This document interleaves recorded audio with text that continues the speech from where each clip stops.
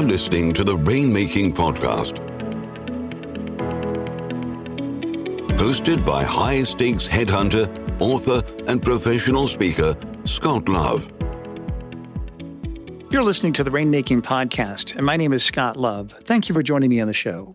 A lot of my interviews sometimes are just conversations between two people exploring ideas and coming up with action steps that can help our listeners reach their goals of client development. That's how I would describe my interview with Michael Goss. Michael is an accomplished business executive who mentors and coaches those in business to help them discover their passion, determine their purpose, and tap into their inner power. Michael firmly believes that it's possible to achieve success in business without compromising on family, health, or personal fulfillment.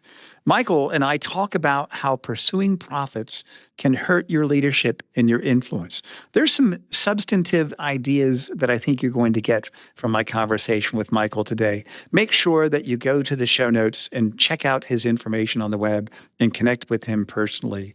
As always, this show is sponsored by Leopard Solutions, legal intelligence suite of products, Firmscape, and Leopard BI.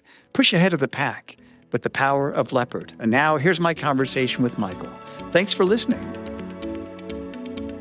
Hey, this is Scott Love with the Rainmaking Podcast. Our special guest today is Michael Goss, and our topic is how pursuing profits hurts your leadership and influence. Michael, thanks for joining me on the show today. It's great to be here, Scott.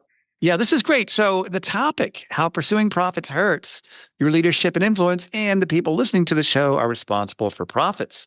And they're pursuing them every day. So tell me about this paradox. How exactly does that hurt our leadership and influence? Well, it's an interesting because being a longtime business person, this was an epiphany that I had a few years into what I was doing. Because what profits ultimately represent is the result that we would like. And there's nothing wrong with profit. In fact, profit, without it, we don't have a business. So we have to have profit as a part of our business. But it never needs to be the focus. It's the byproduct of doing the right things, of providing the service. And most importantly, what we're all looking for, I believe, in business is influence. And influence, the simple definition that I like to use is it's the ability to move someone, the ability to have someone come along with me. And so when we think about leadership, I know you're a Navy man, so you understand leadership very, very well. In order to have someone willingly follow you. See, when you were in the military, you didn't have a choice. You followed because you had to. But in business, we talk about positional leadership. I listen because it's my boss, or I'm the boss, so everybody has to listen to me. Well, that only gets us so far.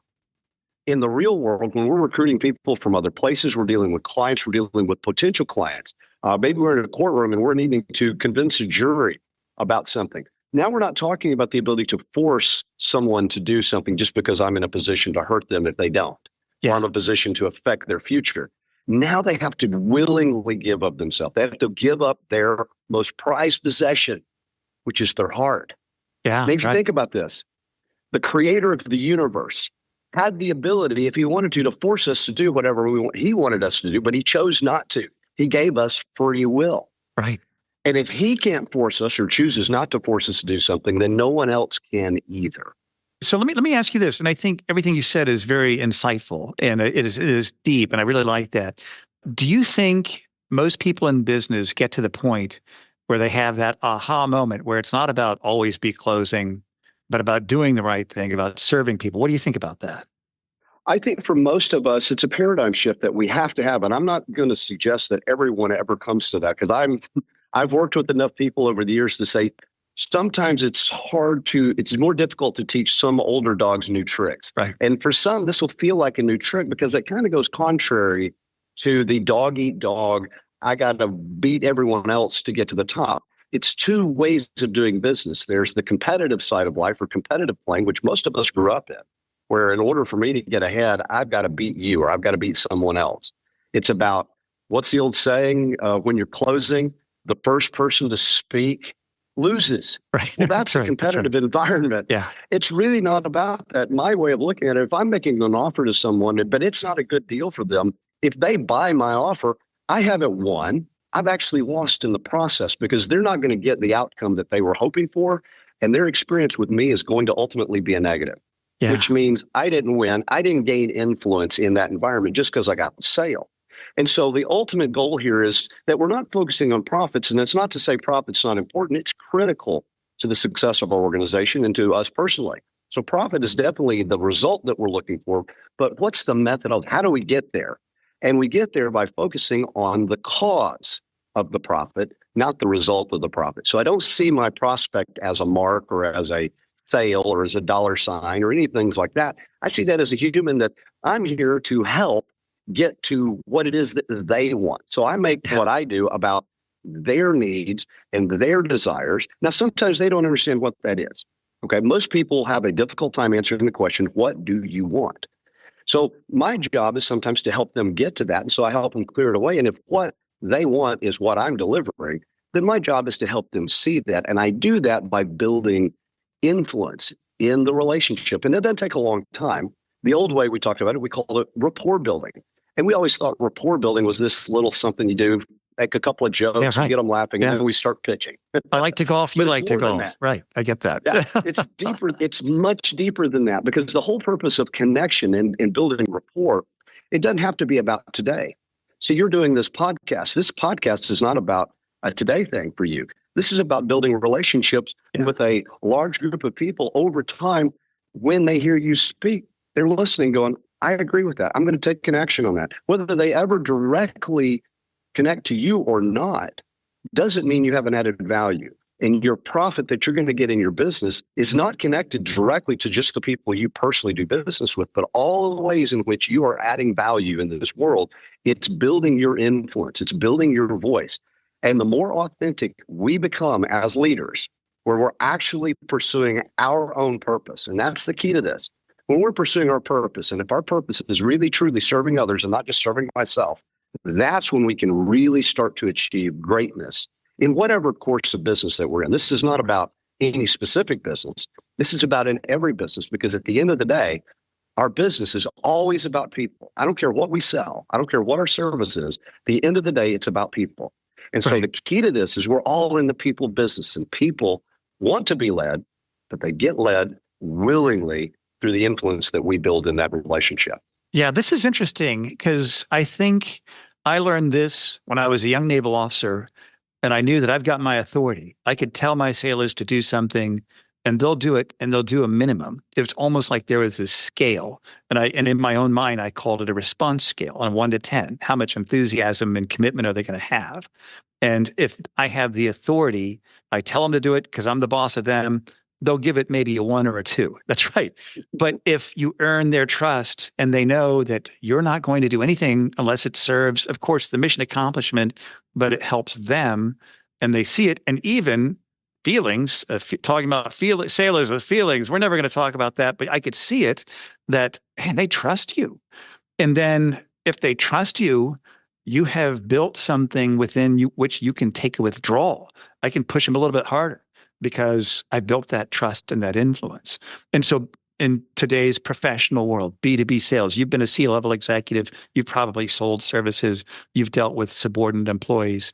For the person that's listening right now, let's just say there's someone listening, a young man or a young woman, probably in their late 20s, and they're just starting to kind of figure things out, or at least maybe I never figured it out. But maybe they're kind of figuring it out, and they realize, oh, it's not about me. It's about building that influence. How would you speak to that person in terms of how they can go about building this influence? What should they be mindful of as they make kind of that transition into the thoughts that you're talking about, Michael?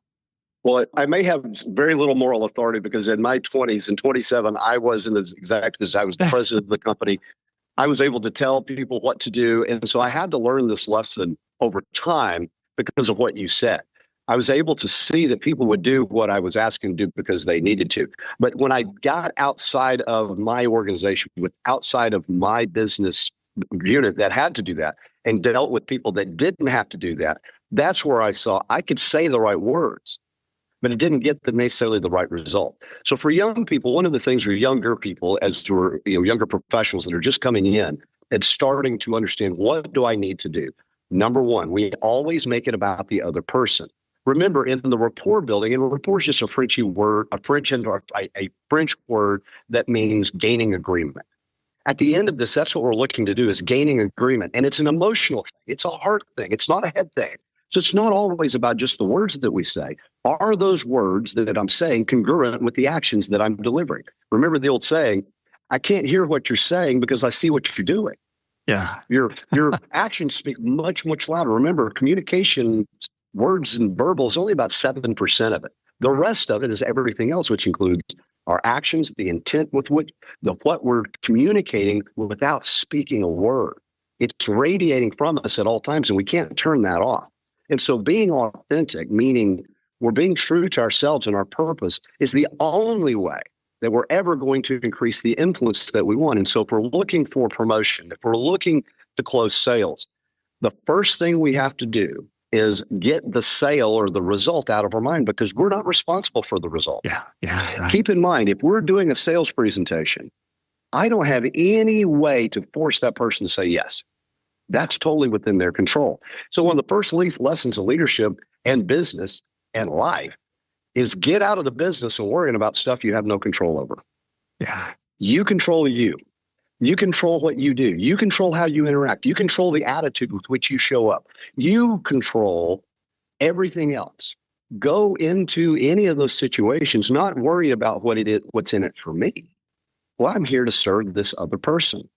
And as long as I keep that in the forefront of my thinking, then whether or not I get the sale is irrelevant, because I don't control that outcome. What I do control is, did I walk into that and walk out of that with my integrity intact, with my humanity intact? Did I attempt to take advantage of and manipulate and attempt to talk somebody into something that they really didn't need? Those are things that I know whether they know it or not. And if I believe that I'm doing things that are going against my belief system, ultimately, that's the thing that's going to wreck everything you're ever going to want in your life. Yeah. So success is always about being authentic. It isn't about closing every sale. Because if you'll do this, and as we begin to do this more and more, what we're going to see is this builds momentum. This starts to build a place, because now I believe in myself, because I walk into that place and I don't care what they think. I don't care what they do. Ultimately, their reaction or their response to my presentation is not a reflection on me. It's a reflection on them. And so that's why I need to walk into there confident in who I am. And that confidence begats confidence. And that starts to allow me to speak with more clarity. I start to be able to deal in a very different way. And I start to be able to have what we like to call requisite variety. Tell me about this. What does that mean exactly? Requisite variety. You'll love this. I think you'll love this, because it actually comes out of the law of cybernetics. And cybernetics is just something that's about control. For instance, a thermostat is a cybernetic mechanism. An autopilot is a cybernetic mechanism. Well, requisite variety is that any mechanism within a system with the most flexibility has the most power and control. Well, in any sales presentation, in any gaining agreement situation, the presenter, the one that's looking to receive from this, has to be the most flexible. We have to be willing to respond and react based on what our prospect or what our customer is asking for, and read between the lines somewhat. Pay attention to what signals they're giving. No, don't be worried so much about what you're going to say. Be way more focused on them. What's their reaction when I bring up this topic? How do they respond? What is their body language? What do their eyes tell me? Start to be more in tune with your prospect. And then once I get in tune and they feel that, what did Stephen Covey say? He's like, the deepest need in the human soul is for understanding.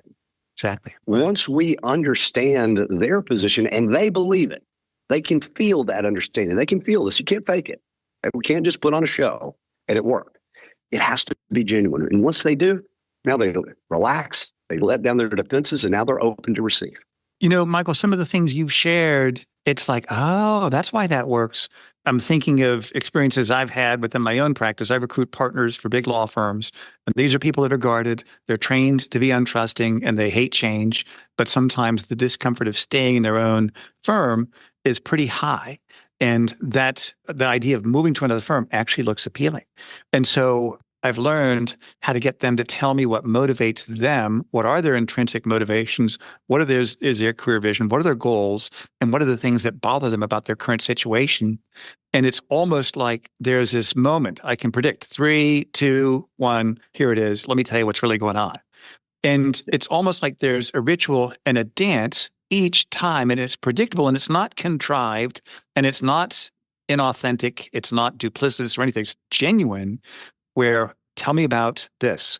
And if I know sometimes when a partner tells me what he or she is going through and they kind of elaborate and they go into details, I'll always tell them, Joe, I want you to know I heard everything that you told me. And it's kind of like passing a checkpoint. We can now proceed to the next step. And if we were to take those conversations, and actually you've given me some good ideas here, by the way, about there's this checkpoint in each conversation. Now we can proceed to the next deep, meaningful conversation. Tell me about your career vision. They would never tell a stranger that. And what's interesting, a lot of times when I'm calling these people, that's the very first time we've ever had a conversation. But we go through a sequence of these steps in a compressed period of time where we get to that point. So all the things that you're saying, I think this is definitely applicable to anybody that sells professional services to a sophisticated audience. And I think it starts out with what you said, asking them questions, getting to know them, listening to them. Let me ask you this. And by the way, thank you so much for everything you've done so far. This is really helpful. I think our listeners are going to get a lot out of this. Are there any pitfalls or danger areas that professionals should keep in mind as they learn about building their influence and wanting to kind of take these ideas and really push that out in their business, in their practice? Yeah, and you mentioned it just now in a sense that they start opening up. They start being more open and available. And by default, so will I. I will want to be that way too.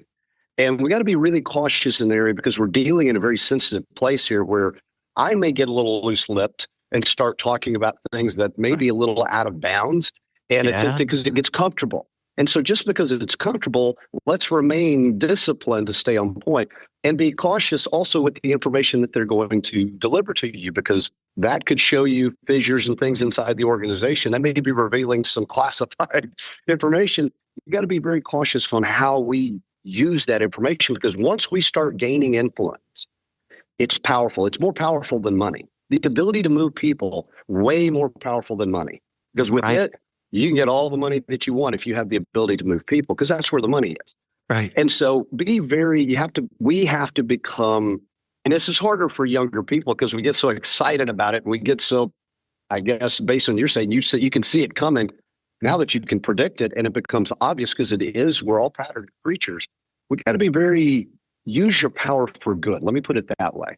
Because once we start going down that other road and start using it to manipulate and to get what we want. Exactly. Oh my gosh, we have opened a Pandora's box, and it's very difficult to get that put back together. And so that's the one danger. The biggest danger area I see is now that we have that, we start to wield it once again back for our own purposes.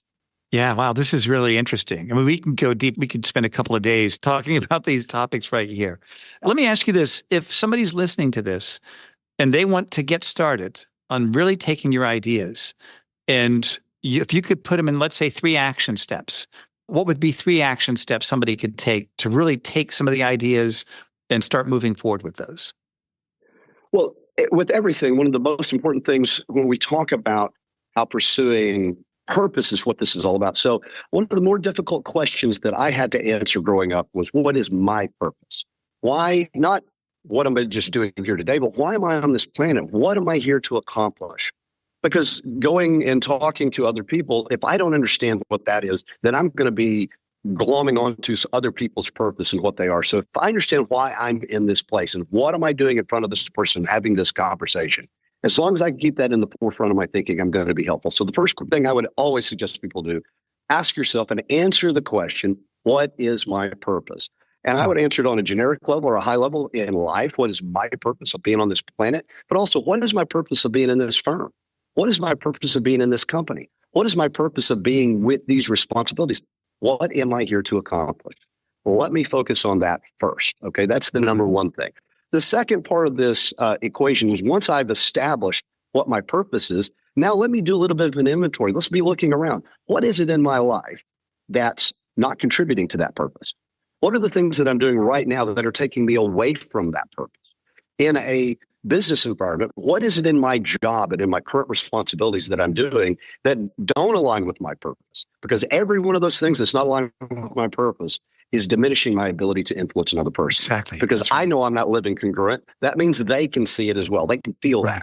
And let me ask you, before we get to the third one, what are some examples that people might have come up with that you've coached about what is keeping them, what's taking them away from that purpose? What have you seen before?